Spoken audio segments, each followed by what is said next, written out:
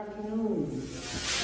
As my brother has said, I am Yasim Butler. I am the youth minister of the Bay North Church of Christ in Fairfield, California. And I want to emphasize this, and I always emphasize this, I am the youth minister on purpose. Not everyone who is in the position of youth ministry is there for the youth. Some people see it as a stepping stone, and no. I am the youth minister. I intend to be the youth minister for as long as I can be effective. After that, I intend to no longer be in ministry because as much as I love y'all, I can't stand no adults. Screw Jesus. Okay, so children are hard-headed because they're ignorant. Okay, all right, so let's jump into our message. Today we're going to be talking about leaven. The text that I was given was Galatians chapter 5, verse 9, and I'm not going to, as I normally would, deal with it in a deep exegetical framework. I'm going to be dealing with the subject that I was given, about how the leaven can leaven the whole lump, just a little bit. And the question that we are asked when we're focused on this week is unity. So what does this little quip, because this is really what this is. Paul has just made a little quip in the midst of his larger argument. Just a little bit is enough to ruin it. So first I want us to think about what is leaven? What does it mean? What is leaven? If we were in my Sunday morning service, I would have the kids respond with what they know, and so I can get some feedback, and then I would give them the definition. So I'm just going to jump right into the definition for time's sake. A sourdough starter is a live yeast mixture used to make bread. It can be maintained or fed and kept indefinitely. The simplest method uses flour and water. On day 1, put 75 grams of strong white flour and 75 milliliters of cold mineral water in a container. Stir until well combined to make a smooth batter. Set aside at room temperature for 24 hours. Don't cover the starter for the first 3 days. This will allow it to pick up the natural yeasts in the air and give it a chance to breathe and grow. On days 2, 3 and 4, feed the starter with 75 grams of strong white flour and 75 milliliters of mineral water each day. The starter should be starting to bubble and smell sour.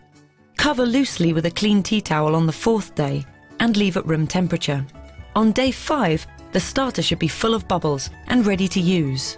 If it's not, continue with the feeding process for another couple of days. Remove half the starter and use to make sourdough. To maintain the rest, feed it with 75 grams of new flour and 75 milliliters of mineral water and put it in a glass jar, but don't cover tightly. If baking regularly, you'll be removing some of the starter each time, so keep loosely covered at room temperature and feed the remaining starter each time. If baking less often, keep the starter in the fridge and maintain the feeding process every 5 days or so, removing half and feeding with flour and water. A day before using it in baking, remove from the fridge, uncover, and bring it up to room temperature to make it active and bubbly again. If you're not planning on baking bread when you feed the starter, don't discard the removed half. Freeze it in a separate container or transfer it to a new jar and give it to friends to make their own sourdough. Okay, so when Jesus or Paul talks about leaven, what they're talking about is this process, right? They're not talking about yeast the way that we think. When we think of the packet of yeast that's dry, no, they're talking about something that is like this. So you would start your leaven process a couple of days before you were baking. If you didn't want a sourdough, you'd start it a couple of days before baking so that the yeast that is in the air could be attracted to your flour and water mixture, feed on it, and create the leaven that you're looking for. It's important to understand that leaven is naturally occurring. Only thing you need to do in order to get some leaven is to create an environment that leaven can grow. So, the importance here, this is something that I want us to get and hold on to, because when it comes to the end of the message, it may hurt your feelings a little bit, but our environment determines the leaven that we get. Okay, so if your desire is unity, then you have to create the environment that creates the leaven of. But here's the thing, if you're not careful, you can culture a bacteria that is not going to be beneficial to you. Now here's the thing, we think of leaven negatively. And the reason we think of leaven negatively is because it often is used in a negative connotation throughout Scripture. But here's the thing. Jesus said in Matthew chapter 13, verse 33, it's one of the few times that he says this. He told another story. God's kingdom is like yeast that a woman works into the dough of a dozen loaves of barley bread and waits for the dough to rise. Jesus is comparing the kingdom of God to this thing that we constantly think of as a problem. Why? Because leaven is not always negative. What's the difference between rot and fermentation? What is the difference between rot and fermentation, right? The question is simple. The question may make you pause and think, but the reality is there's no objective difference. A pickle is a rotten cucumber under a controlled circumstance that we've chosen to give value to. Wine is rotten grape juice that we've assigned value to. Cheese is spoiled milk that we've assigned value to. Sourdough bread is made from rotten flour and water that we've assigned value to. There is no objective difference between rot and fermentation. Because there is no objective difference between the two. That's not working. Okay. Because there's no objective difference between the two, can you click to the next slide for me? Thank you. And I'm black. Okay. Double entendre, right? Okay. So, because there's no objective difference, purpose is the key factor to determining the quality, right? If what you are fermenting or what you are rotting has a purpose, then you have given it a quality. You have said that this is valuable. If it is just something that's gone bad in your refrigerator, it now has no value, therefore you consider it rotten. What we have here is the starter, which I mixed last night with about 2 cups of milk and 2 cups of flour. The proportions are not that critical. And so it's risen overnight. And this is the most critical part of the whole operation. I'm going to stir it down some. You see how it's risen. It's all kind of bubbly. And I'm going to take some of it and save it for next time. The organisms that are in it, basically it's milk, flour, and then some little ecosystem of yeasts and bacteria, and I have no idea what particular ones are in this starter. And it's been in our family for about 70 years or so. And so it's probably evolved over that period of time. I don't know, but it still works, and yeah, it's long-lived and very robust. So at this point, I'm going to make some pancakes. You can do anything you want with this material now because you've saved the starter. So you could make bread with it. I'm going to make pancakes. You could experiment. Personally, I know that when I was 10, 12 years old, my mother had some of this starter that she had obtained from her mother, and that's what we'd have pancakes maybe every week or so. And that's basically all that she did with it. She didn't make bread or anything like that. And I'm going to mix that all in there. My grandparents obtained it apparently from a neighbor when they lived in California. This was back in the 40s. And the story was that it was originally from the Alaska Gold Rush. The miners would have a batch of sourdough and they would keep it in a pouch under their coat against their stomach, you know, to keep it warm, and they would make bread out of it. I have no idea if that's true, but supposedly this dates back to the Alaska Gold Rush. And we're going to wait until the frying pan gets good and hot. Certainly it could be a family tradition. Somebody could get the starter from me, or they could start their own. As I mentioned, for the water-based starters, or even a milk-based, you can just leave your batter out for a couple of days, but then that's kind of hit or miss. You're not quite sure what you're going to get in there. You can obtain an established starter from someone and then just keep it going. My personal attachment is that it has been in the family for so long that once it gets to a certain age, you think, boy, I don't want to be the one who loses this. And so that pancake is done.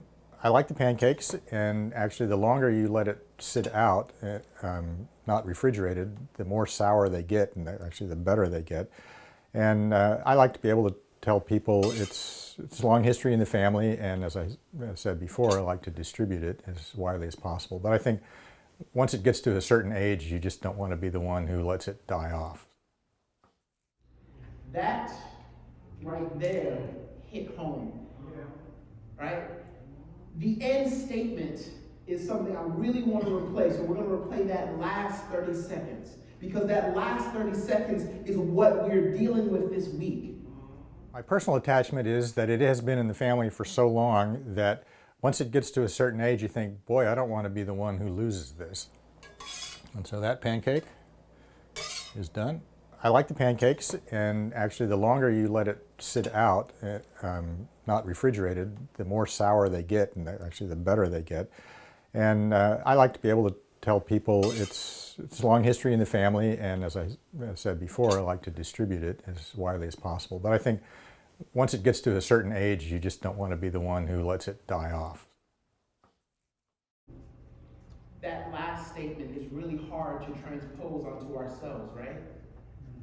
I don't want to be the one who lets it die. How much of what we have now we are holding on to because I don't want to be the one that lets it die? How much of what is harming us now are we holding on to and fiercely fighting and being divided over and killing each other for because I'm not going to be the one who lets it die? Teach us. I am a 5th generation member of the Church of Christ. Okay? My great grandmother was baptized at a Marshall Kegel gospel meeting.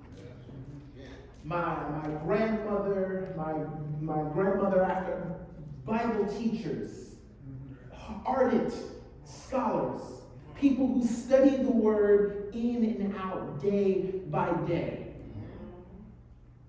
I came from the stock of Dr. Eugene, let me sound my trumpet long. A pioneer in his own right. An ardent gospel preacher.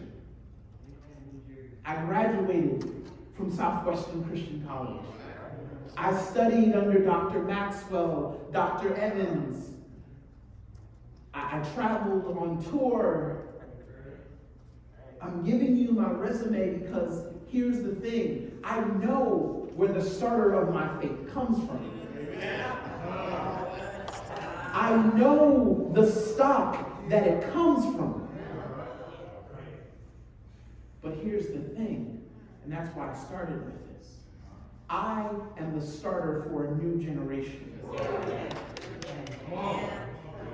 That terrifies me. That terrifies me, and it calls me to question the yeast that I have. It called me to question the leaven that made me, and I know we call it such great stock, and I could name off names and all the places that I came from, but I had to question the yeast that was in me. Remember we said that purpose has to be the key factor for whether or not what is in me is rot or fermentation. Here's the question that we have to answer. Is our purpose not to let the starter die? Or is our purpose to pass down the true starter?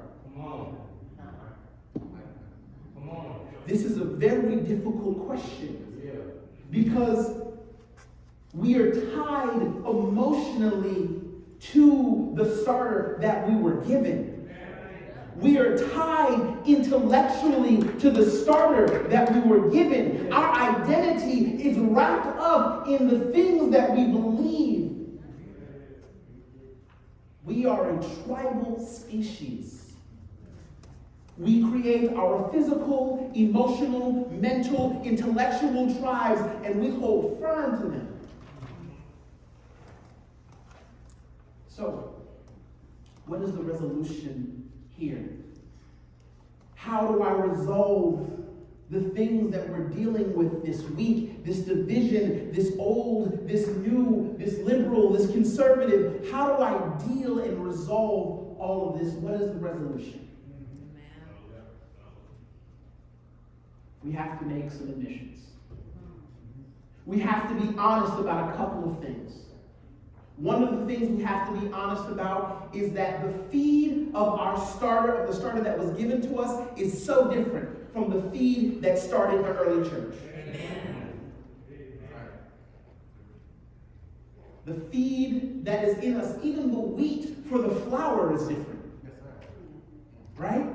The early church was grown in a soil of first-hand accounts.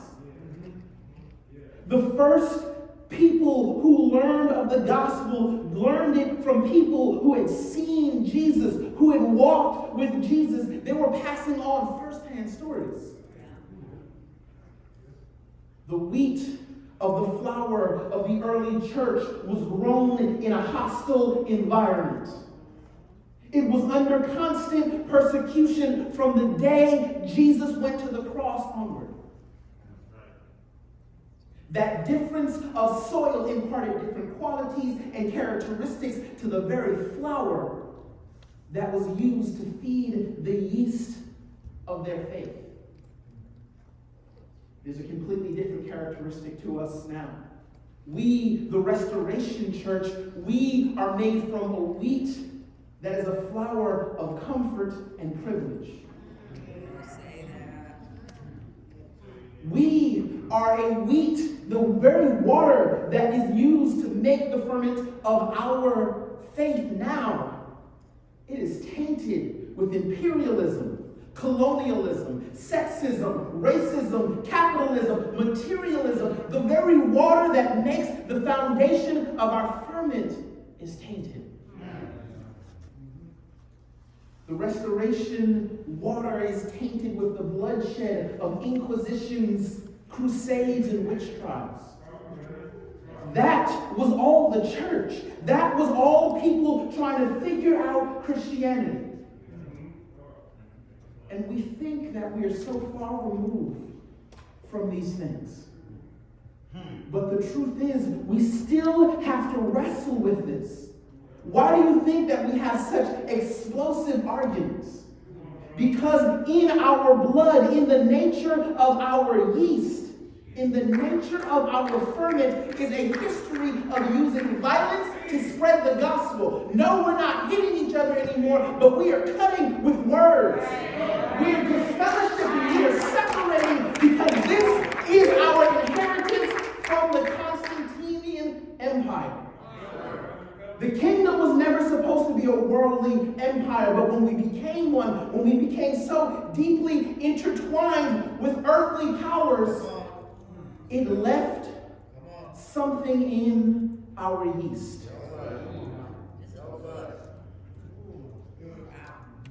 The environment that the starter grows in for the early church was extremely different. And remember, if we go back to the first video, in order to create your starter, all you have to do is leave it uncovered in the environment. Think about it. The Restoration movement didn't start in an arid, dry area like the beginning of the church. It started from the wealth of the Catholic Empire. We have to wrestle with the fact that our Christianity is not of the same starter as the first century. The water, the flour, and the yeast are all different. So this is what we need to do. We need to be willing to let it die. We have to be willing to let it die. Why do we have to be willing to let it die? Well, Jude lets us know. He says, "Dear friends, although I was very eager to write to you about the salvation we share, I felt compelled to write to urge you to contend for the faith that was once entrusted to God's holy people." There is a supreme difference between your faith and the faith. You see, our faith comes from a starter that is deeply, deeply rotten. But the faith remains pure. The faith is not the faith we have. We are missing so many elements of the faith.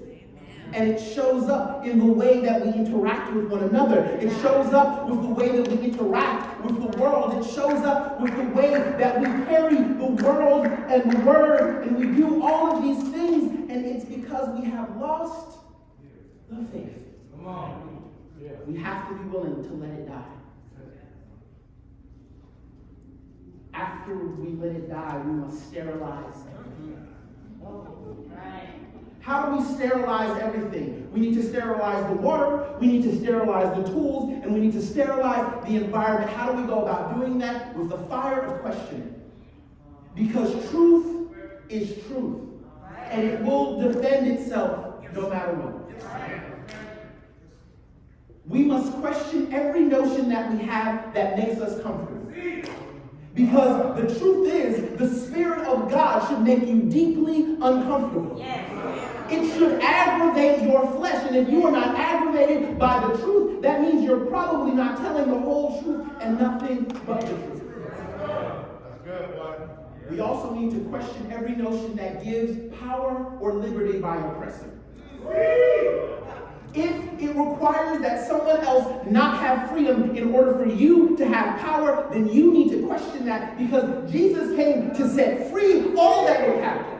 Jesus came to set right the world. He came to balance the scales of power so that the least of them would sit at the feasting and welcome table. Good, boy. While we are sanitizing, we need to plant the old seed. So what is the old seed? Paul writes in Ephesians chapter 4, verse 4 through 6, "There is one body and one Spirit, just as we were called in one hope.